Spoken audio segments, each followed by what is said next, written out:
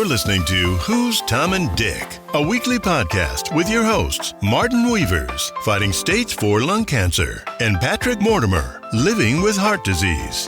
Why not grab yourself a cup of coffee, sit back, and enjoy the chatter as we discuss and share information, talking about tough subjects, and offering help, support, and motivation with a positive mental attitude. Good morning, Martin. How are you?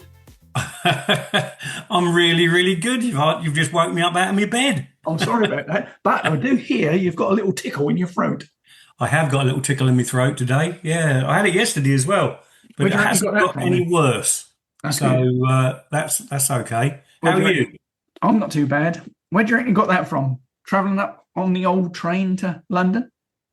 Yeah, well, it's probably on the tube because you're more sort of jam-packed on a tube, aren't you? Yeah. And what did this idiot do? He forgot his mask. Oh, for Christ. Well, I didn't forget it. It's in my pocket. I just didn't put it on.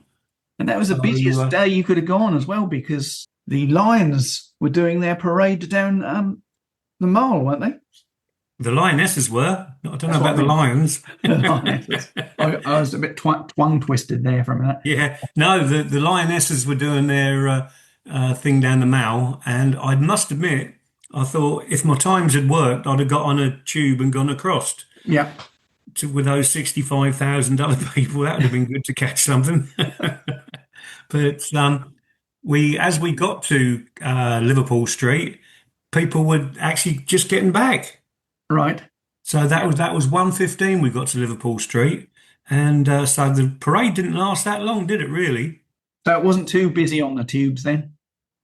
It wasn't too busy actually, because we thought it was going to be rammed because of this parade, and then it obviously wasn't. But I'll tell you a little funny story. So I go up every week now, don't I? This is me third visit. Yeah. So I said to Natalie, what line did I say we go on? Oh yeah, I said we go on the Central line. I said, she said, "Oh, I know the Central line, Dad. I have to go on there to so and so." So she said, "It's over that way." So what platform? I said, "Platform 1." So we get down to platform 1, and she said, "Dad," she said, "it doesn't go to South Kensington." So I said, "Hold on a minute, perhaps it's the Circle line." And it was the Circle line. So I took her down the wrong tube line. Well, that doesn't surprise me in the least. But I'll tell you what I did find. Not a celebrity. No, we didn't see a single celebrity, but well, I did. I saw Professor Sanjay Patat. Oh, right. My main man, who's this big cancer man all over the world. I forget what I was going to say now. I'll tell you what I did say. No, it's gone out of my head. Listeners, is how I live my life. So did you actually see the big man himself and speak to him? I did, but I didn't actually see him in a visit in the hospital. He come walking along the corridor. So you know me, Pat. Yeah. Can I have a selfie? I didn't get a selfie, no. Missed opportunity. Always one, and I introduced myself. I told him I was on his program, and he asked me where I've travelled from and all that, and he said good luck with everything, and I said no, and I said, well, thank you, but I said, but thank you for putting me on it. Yeah. So, yeah, so I met my one of my team. I seem to meet a different doctor every week. Right. But I had seen this lady. She'd been in on the very, very first consultation, and I've now done a week on that date when I went in, and of these new tablets, the NVL 566, which they named. So anyway, they haven't got an actual name then, like the rest. Well, they have by the side of it, but they go by that number. Even Dr. Patterson reeled off that number to me when he told me about it. Yeah. So they took me in the room and she interviewed. Well, I say interviewed me. We discussed, how it's going, and I had to tell her all any symptoms I was getting, and I'm not really getting any symptoms. I suppose I'm slightly slower at going to the loo, for you know what. and but nothing that I think, oh God, I've got a real problem with it. That's what I Yeah. said to her. So yeah, we went and saw her, and then she said, I need to know how your livers are working. So she said, have you had your blood test? Can I Yeah. look it up on the screen? I said, no. I said, I actually rang up to say, do I need a blood test before the meeting? And nobody ever got back to me. So anyway, so she sent me off for a blood test. That took longer than the meeting. I went in there. They said, you get the little ticket like you do at the Yeah. meat counter at Tesco's. Cashier number three. Yeah, that's it. And anyway, I pulled the ticket out and went and told them I'd got my ticket, like you normally do. They said, "Have you booked in?" I said, "No." So they said, "You need to book in." I thought, oh, well, the oncologist had just told me to come in. Yeah. So anyway, I went and booked in, and then I went back, and they said they sat me down and looked at my arm and started hitting it to find out where the vein was going to be. And I said, the oncologist is going to send you some notes about what I need to have doing. Oh, there's none on the screen. You better go and wait outside in the waiting room. So Natalie said, "Oh, that was quick, Dad." I said, "Oh, we ain't finished yet." So went in the waiting room and sat there with Natalie. And then she came up to me. She said, "2 more minutes." I said, "Thank you." And then someone else went in and before me. All right. And I thought, that's going to take longer than 2 minutes. It's got to. And sure enough, it did. It took 4 minutes or at least, and nearly five. And then she come up to me and said, "1 more minute." I said, "Okay." Seriously. Yeah. And then she come and got me in the end, and she done it. Anyway, I got the results back, and even I could see that my all the tests they did, all the results were well inside the because they give you a graph. Right. They say whatever subject it is, there's about 5 or 6 different subjects that they're looking for in the blood. One of them being the kidneys, sorry, the liver. My liver chart, if it's high, apparently Yeah. it's bad. Right. It needs to be low. And just over the 3 blood tests I've had, it's come down lower and lower and lower. So, and when then she said, "I'll give you a call on the next day," which was Wednesday. Hmm. And she did, and she said everything's clear on it. Oh, excellent. So that was fantastic news.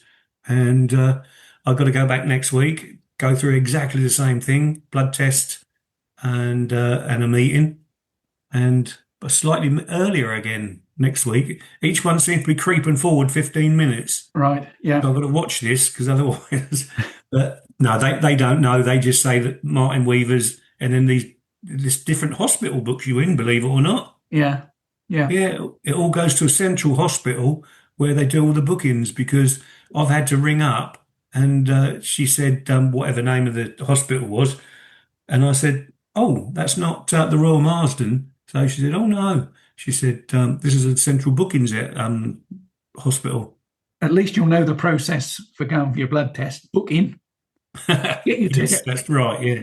Well, I've been for a blood test before, but I thought because oncology sent me, I thought I wouldn't have to do it, you see. Yeah. So, but anyway, I did. It's no hassle. But do you know what? Last night, I was watching TV after I think it was after the news and all that, and a program come on called Super Surgeons. Yeah. Guess where it was from? The Royal Marsden. Yeah. Right. I was talking to different cancer sufferers Yeah. and people with other diseases as well. And this guy had a tumor on his stomach, and everywhere he'd been, they said it's inoperable. And this South African guy looked at all the scans and all that, and X-rays, and he said that he said, "I think I can do this." He said, "But you might lose a couple of your organs, i.e., a kidney. You might lose a kidney in it." But he said you can live off one kidney. Yeah. And do you know what? He got this blooming cancer. Well, it's just a blob of it, really. He got it out of his stomach, All right. and it was as much as he could to walk with it. he couldn't put on the normal hospital scales because it was too big. Right. He had to put it on the human scales. Yeah. 2 stone. What, the cancer? Yep, Crikey. 2 stone. That's as big as Benny, my little dog. Blimey. That's incredible, isn't it? You didn't hear that, did you? No. My alarm just went off to take me tablets. All right. And have you had your tablets? I've had my tablets. Yep. Well done. Well done. Linny will ask that as well. Anyway, I've got an interesting question I was going to ask you. Oh, It revolves around the nutsack. oh, right. You Well, had a funny experience last week, didn't you? I did. So, It was. how is I've, your groin pain now? Has it gone? it's no, it's still there. It really aches. It's gone from an excruciating pain to an excruciating ache, Yeah. and now just a real sort of dull ache that's there, but doesn't stop me walking now. The first one, basically, I started with this pain about 2 days before I went up to the Royal Marsden. And I told them about it as well. And they said they was going to look on the scan, but I didn't talk to them about that last week. I spoke to them about the pain. Yeah. And anyway, so the pain was so excruciating. I had to take Linny into hospital the other day. She had an operation. And I said, do you know what I'm going to do while I'm here? I'm going to go into A&E and get me legs sorted. So, because you don't know what it is and things like that. So I went in there because the night before I'd actually crawled up the stairs. Right. That's how bad I was. I couldn't Yeah. walk. It was Crikey. so excruciating. So anyway, I said to Linny, I can't go on like this. So, but the next day I could walk. That was good because a good night's sleep, and it must have rested it enough. But it was still aching and sore, and giving me pain. So I went in and I had to see a triage. A triage. Triage, yeah. Yeah. Now I'd never heard who a triage was, and I'd heard it mentioned when I was in hospital and all that. Yep. But I'd never really, paid much attention to it. And but anyway, I thought to myself, I'm going to look up while I'm sitting here what a triage is. Well, it was a triage nurse that I had to see, and what they do, they evaluate the patient's symptoms and looks up their medical history and overall conditions to determine the severity of the illness and the injury. Mhm. And they base their assessment, they categorize patients into different priority levels using emergency service index to ensure that those with the most critical ones are seen by the doctor quicker. So the triage nurses play a crucial role in optimizing the flow of patients. So they're really, finding out what's wrong with you and sending you to the right department. Yeah. Because otherwise, you can all be queuing and the same doctors come out for the same thing, whereas other doctors are more experts in other things, aren't they? Now I noticed you were reading that off of a sheet. I was. So were you prepared for this question? Because we hadn't talking about it. I was prepared because I thought one day we're going to do a talk about this because you're going to mention my nutsack. Right. Okay. Well, so anyway, so So, yes. you had this triad. Yeah, Was so it I had the triage meeting, and Yeah. then you'll have a blood test. So I had a blood test, and then I said, "How long is it before the doctors see you?" And he said, "About 2 hours." So I thought, "Oh, okay."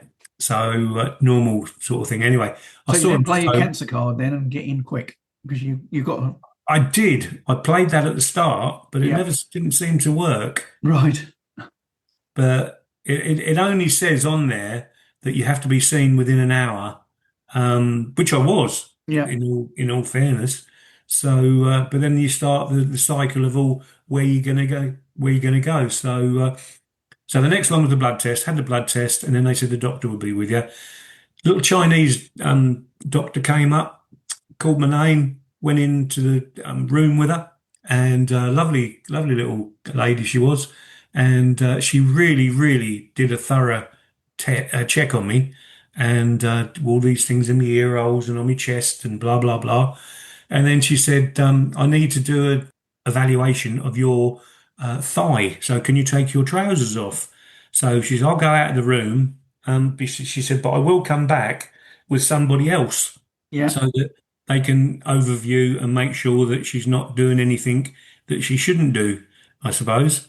And that's all part and parcel of it nowadays, isn't it? Hmm. And anyway, so these two girls come in, and I was laying on the bed, and she looked at me the groin area where it was, but see, I told them it was a groin area. It wasn't really the groin; it was from the groin across to the leg, and Right. it is that sort of muscle, Yeah. which sort of lines up with your hip. And so anyway, she said to me, "I need you to take your underwear off." I said, "Oh, why is that?" So she said, "I need to check all the bits down below." Right. So I said, "You haven't even bought me a drink yet." This nurse, you said she was Chinese. Yeah, she She was. weren't. She weren't called One Hung Lo, was she? I was. Anyway, I didn't really say you haven't even bought me a drink yet. Didn't think it did. I felt like saying it, Yeah. and anyway, we went through the process. So Well, there was there I other am, two women there as well, then at the same two time. women standing next to me, and I am completely well. I've got still got a t-shirt on because you've Yeah. done the upper part of my body earlier. So from below waist down, I've got nothing on. So I'm just laying there in all my glory. And anyway, she gets her fingers and she lifts me willy up. Right. And she has a good look around that and has a little squeeze and a little feel. She said, "Oh, no lumps, no lumps." And then she gets each testicle and she did the same. She had a feel around each of them for lumps. And she said, "Oh, that's good." She said, "No lumps down there." She said, "You can put your underwear back on now." Right. So I put my underwear on and she came in and concluded me checkup.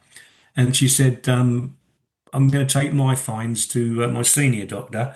And it wasn't long that I had to wait, and it was longer walking back to where her room was. I Yeah. think it was right in the middle of the hospital, and I'm right on the edge of it. My legs are aching as well. Yeah. So, but anyway, went in there and she said, we think it's a muscle strain. Okay. So she said they can take a long while to heal, and there's no sort of real treatment for it. She said the only thing we'll give you is codeine Yeah. and for the pain. So that's what she gave me for the pain, and I thought, well, that's the least of me worries really for with all the other things that I've got. But anyway, I took the codeine at first because I just wanted to get rid of the pain, basically, and but it's now in my cupboard with all the other medicines I don't use, and I don't want to use it for the sake of it. When she'd finished examining her, Oh, here we go. you didn't say you want a second opinion, did you? No, but I went back the next day. Said the other leg was bad. Oh dear. I don't know the things you get up to. I know. You'd almost think I'd do these things for the podcast, I for know. things to talk about. I know. I tell you what, it's a damn good job you had a clean pair of underpants on, I know. Well, she didn't look in them. it? That's a good She job. didn't expect the underpants. I had to take them off while she wasn't there. Yeah. Did she So, sort of cup them and ask you to cough? no coughing involved. Oh, because that's what No, they it was, normally do, it was don't just they? a feel around it all, and yeah. And then she goes, "No lumps." So I thought, "Oh, good." So, She but didn't say I could recommend some good wrinkle remover, did she? I told her I'd check them regularly. Yeah. That's one of the questions that she asked, because all men should check their testicles, shouldn't they, Patrick? Regularly. Yeah. Yeah, regularly. We have to put that message out there. But no, I didn't think I would have any trouble down there. So, So yeah.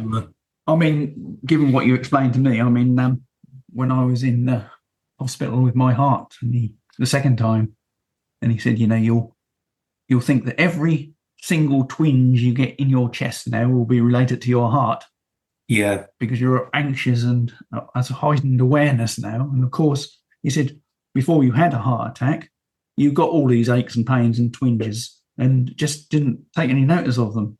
That's right. And he did say that if you get a pain in your chest that is a little bit more painful than normal, he said twist and turn, bend down and try and touch your toes and move around. And if you can make that pain worse or better, then there's a fair good chance that that's related to a muscle. That's right. Yeah. Just you saying to me that you went to bed and in the morning that was a lot better is an indication to me that it is muscular. Not that I'm a doctor. I'm not. I don't think you've ever mentioned that before, but no. Yeah. So it's funny. It's funny the things you look up. I mean, you said what was I reading, and it was I looked up triage because I didn't know. I'd heard the name, but I didn't really know what they did. So, I thought they were a gang in London. They might the be. Triads, I think. Yeah, I think so. Yeah. But anyway, are they in London? They're all over the world, aren't they? The Triads. Yeah. But I sat there and when you're bored doing different things, I come across this thing, the top 10 passwords for your computer. Really? Yeah. Yeah. And what do you reckon is the number one password for your computer? Ready for this? Yeah. Password. No. Oh. No, that is in there. Yeah. I know some people use that. That's the third most popular. Yeah. So I hasten to add that I don't use any of these. The most common is 1, 2, 3, 4, 5, 6. Yeah. Yeah. Is it really? Yeah. And then the next couple are the same, but you just go 6, 7, and then the next ones are 8, 9. And I was surprised at this one. QWERTY is in it. Yeah. From your keypad. Yeah. And then two others. Let Me In. Yeah. Is the ninth most popular. Right. And the 10th most popular is football. Really? Yeah. That just shows you the intelligence of most football supporters, I guess. I suppose so, yeah. I mean, it's difficult to keep coming up with these passwords because some sites make you reset a password every month. Difficulty remembering them, mate. Yeah. I just add an extra star onto mine normally. Mine is Patrick. Star, star, star, star, star, star, star, star, star, star, star, star, star, 1. Yeah. I never thought of that, actually, add an extra star. A star or a symbol or something, yeah. Because it's just a case of some people have password books, don't they? Books that they put all their passwords in. Yeah. Oh, yeah. Which is a bit dodgy, I would have thought, because if anyone breaks into your house and grabs that, then they've got access to all your websites. Yeah, that's true. Yeah. Where do you keep all your porn passwords then? I must admit, I do write my passwords down, and I've got them in a secret place in my house. Yeah. Which I think that nobody would look in, but I might be naive and think, that I'm not. You could have them tattooed on your chest. Why do you never find them? I wouldn't see them. How can you see on your chest? I'd have to have them upside down. Oh, you sit in front of a mirror, don't you? Oh, right. But on your chest, I've seen your chest when we stayed in hotel rooms together, if you'll pardon the expression. And you'd need to hack your way through the hair to find it, wouldn't you? They have to do that for an ECG. Or do you shave now? No. I used to when I was in the Bay City Rollers in Spain. Yeah. Because I used to wear all my shirts open when I was a little bit slimmer. I was going to mean you could make a couple of jumpers out of that hair, couldn't you? Yeah. That's what Linny says. So, Series 3 coming up very soon. I know. It's really, really come quickly. What one are we up to? 51 this week? Yeah, I believe so. 51. You've caught me on the hop, but I believe that's around that number. Or 52. Or 52. Yeah. So, we'll be going into Series 3 with a new charity, East Anglia Children's Hospice, and a few new tweaks to the programme, hopefully.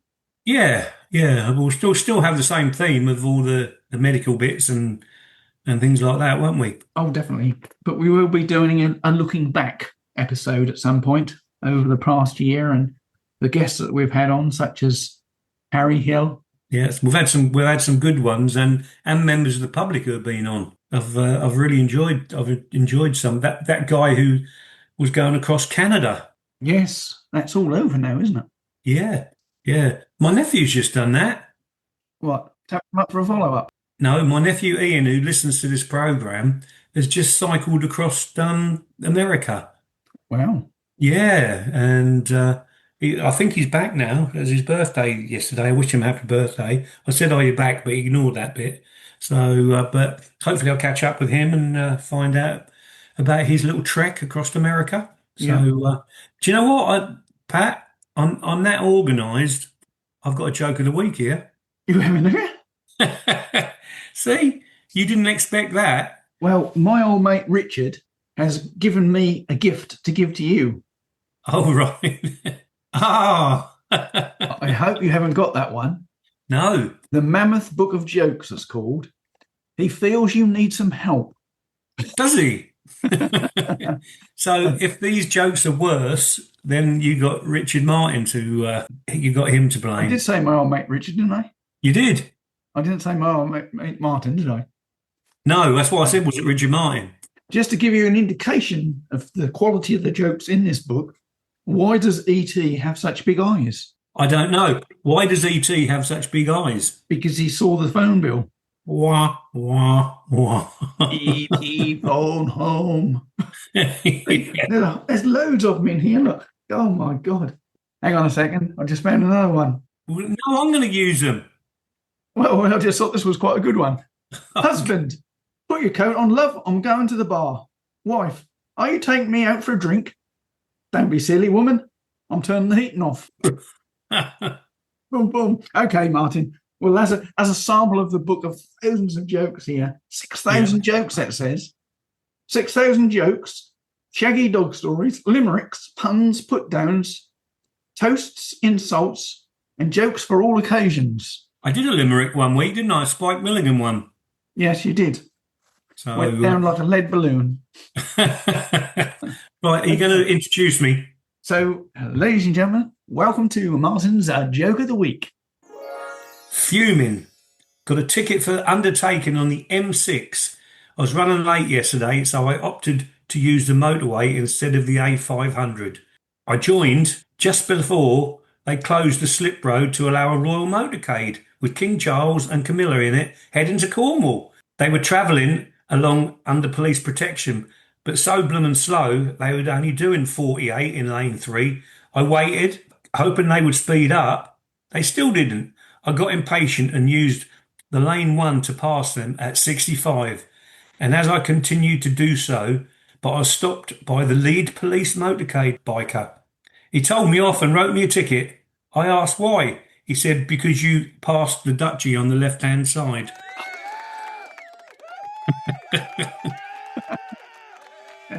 You need some short and snappy ones, Martin. There's loads in here. So that just about winds things up, I think, Martin, for today. It does. Okay, viewers, listeners, even, thanks very much. Thanks for listening, everybody. Speak soon, folks. Thanks for And listening. I'll see you next week. If I don't see you, I'll see you through the window. Okay, mate. I'll see you through the door. Cheers. See ya. Bye. Bye. Bye. You've been listening to the Who's Tom and Dick podcast with your hosts, Martin Weavers and Patrick Mortimer. If you enjoyed this episode, please subscribe to the show on Apple, Spotify, or your favorite streaming platform. New episodes are available every Friday. Thanks for tuning in.